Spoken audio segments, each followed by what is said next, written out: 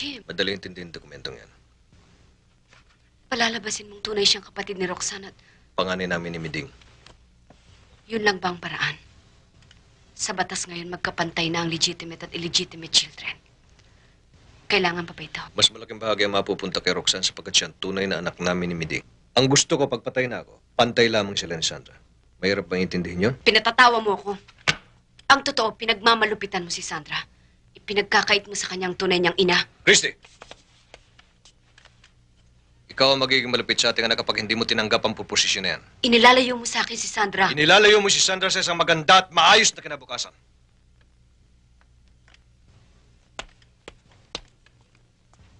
Pwede ba yung susi? Bakit may mga papeles pang kailangan pirmahan? Mga dokumentong... Pwede ba? Yan ang nagpahamak sa'yo. This time, isip mo naman ang gamitin mo. Pero paano nga, Susi? Anong gagawin ko? Alam mo, Christy, kung ako nasa lugar mo, pasasalamatan ko pa si Jim. Anong... Susi? Alam ko ang takbo ng isip ni Jim. Ang sabi mo ay natanggap na niya ang kanyang dalawang anak. Well and good. Hayaan mo. Celebrate and be happy, Christy. Jim has accepted Roxanne.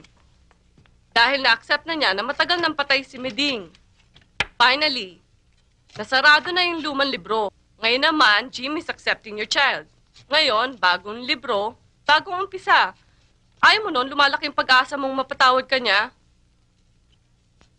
Dahil no matter what, kahit na libu-libong dokumento, the fact still remains, ikaw pa rin ang ina ni Sandra. Siguro nahihiya pa lang sa'yo si Jim at hindi niya masabi at maipakita sa'yo na mahal ka pa rin niya. Pero malakas ang kutob ko, mananalo ka.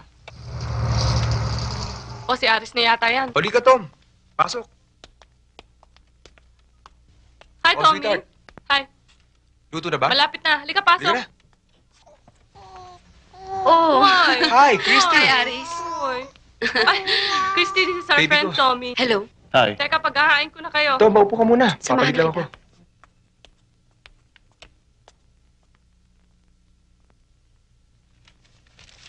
Okay.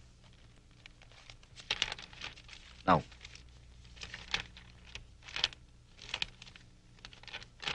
These are your copies of the documents. Ano ito? Para saan itong cheque? Well, a token. Plus your allowance next month. Bakit hindi ka magbakasyon somewhere? Kaya lang hindi mo maisasama si Sandra. Dahil ayon ba sa mga dokumentong ito, mula sa araw na ito, hindi ko na siya anak. Jim, ayon sa mga papeles na ito, si Sandra ay anak niyo na ni Miding. Pero wag mong kalilimutan, ako pa rin ang tunay niyang ina. O, ayan ka na naman. Hanggang ngayon ba hindi ka pa nagbabago, Christy? You always overreact.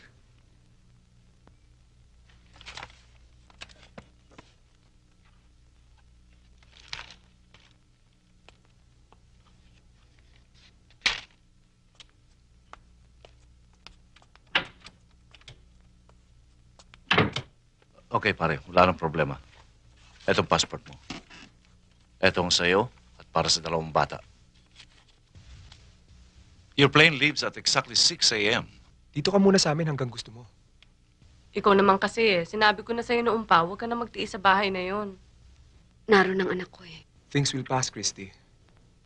Hindi ka man pinalayas ni Jaime. Magkasama pa rin kayo mag-ina. Hindi kayo magkakahiwalay ni Sandra. Eh ano pa ba itong ginagawa sa amin ni Jim?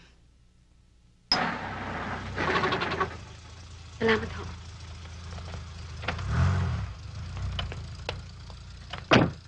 Ate Christy! Naku, Ate Christy, mabuti dumating ka. Dahil pilit ko kayong kinukontak eh. Bakit? Umalis na ho sila, sina Kuya Jaime kasama si Sandra at Roxanne. Pupunta na daw ho sa States, hindi na babalik dito. Ate, Diyos kong buhay ito, ate. Aling Rosa, saan kayo pupunta? Ano pang gagawin ko rito? Alagaan kayo.